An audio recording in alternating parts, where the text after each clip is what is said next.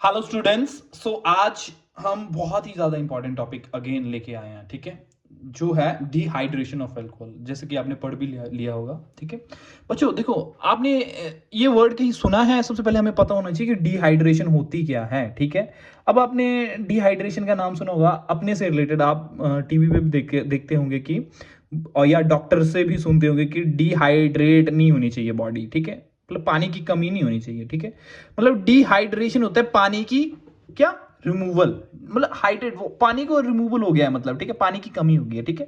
तो हमें क्या करना है, अल्कोहल अंडर को डिहाइड्रेशन, मतलब उसको पानी को रिमूव करना है, पानी के मॉलिक्यूल को, removal of water to form alkene. क्या करना है, वाटर के मॉलिक्यूल को रिमूव करना है और हमें क्या बनानी है, एल्कीन। समझ गए।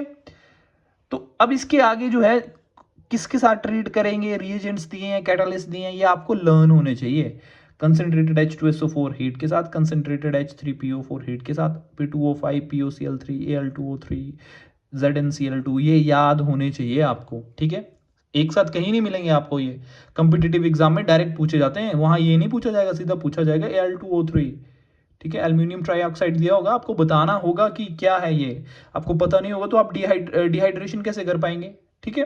तो देखो बच्चों, हम क्या किया, जब हमने कोई अल्कोहल ले लिया 1 डिग्री, और जब उसको हम कंसंट्रेटेड H2SO4 के साथ हीट करवा रहे, तो क्या हो रहा, तो ये वाला हाइड्रोजन और OH group as a water के मॉलिक्यूल निकल जा रहे हैं, ठीक है।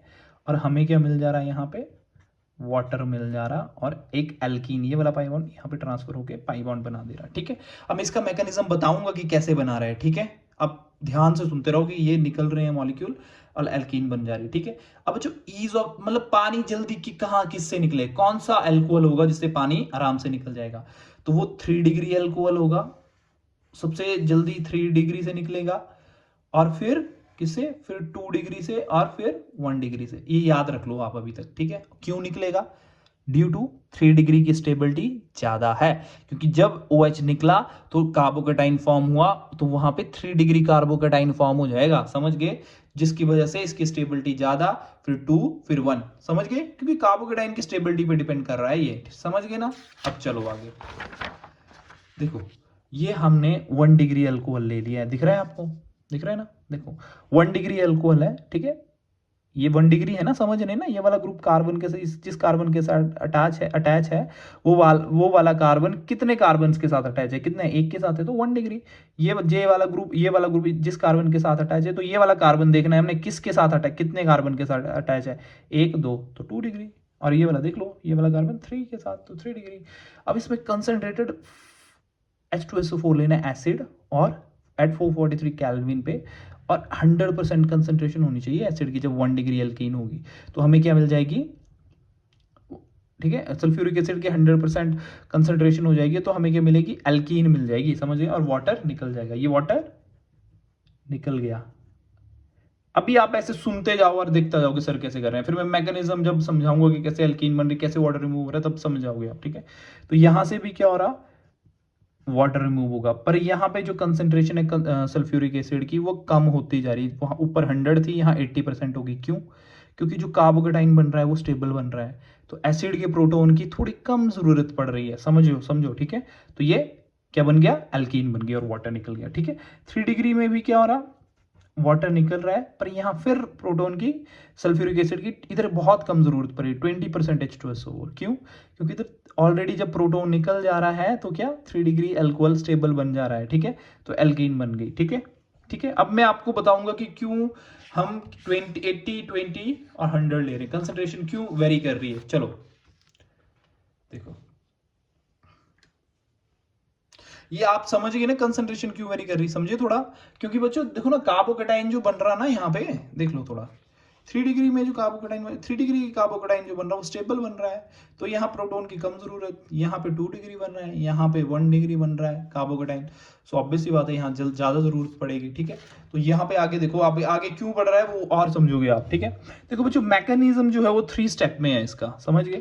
फर्स्ट स्टेप जो है, फॉर्मेशन ऑफ प्रोटोनेटेड अल्कोहल है, देख इथेनॉल है ये 1 डिग्री अल्कोहल, जब इसमें हम एसिड ऐड करेंगे तो एसिड कहाँ जाएगा, इसके पास क्या है, लोन पेयर ऑक्सीजन। तो ये क्या करेगा, इसके साथ शेयर कर लेगा, ठीक है, और हमारे पास ऐसा कुछ आ जाएगा। पॉजिटिव चार्ज क्यों आया, क्योंकि इसने अपने lone pair of electron hydrogen को दे दिया, तो इसके पास ऑक्सीजन के पास इलेक्ट्रॉन की लोन पेयर की कमी होगी, ठीक है, इलेक्ट्रॉन्स की कमी होगी, तो इसने अपने पास पॉजिटिव चार्ज ले लिया, ठीक है। इसको हम इथाइल ऑक्सोनियम आयन बोलेंगे, ठीक है।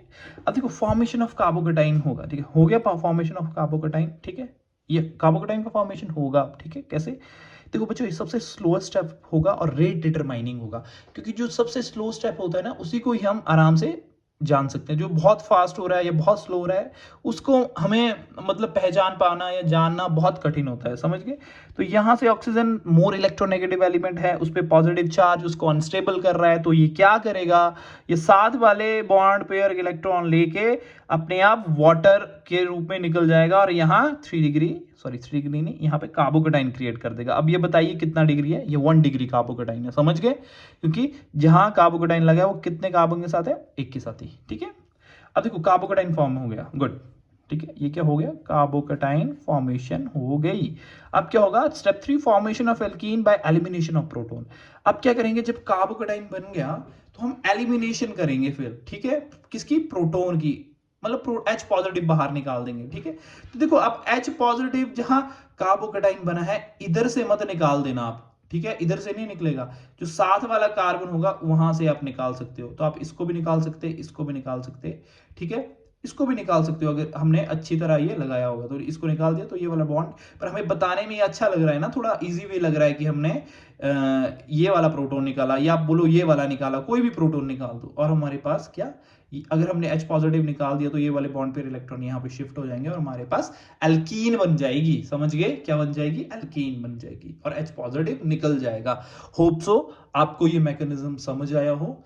अगर किसी बच्चे को समझ नहीं आया है तो कमेंट करके मुझे बता सकता है, मैं फिर आपको वीडियो बना के समझा दूंगा, समझ गए बच्चों। पर do subscribe, do like and do comment, समझ गए, क्योंकि I am waiting for your comments, तभी मुझे पता लगेगा कि आप समझ पा रहे हो या नहीं समझ पा रहे हो, ठीक है। Thank you so much, bye bye.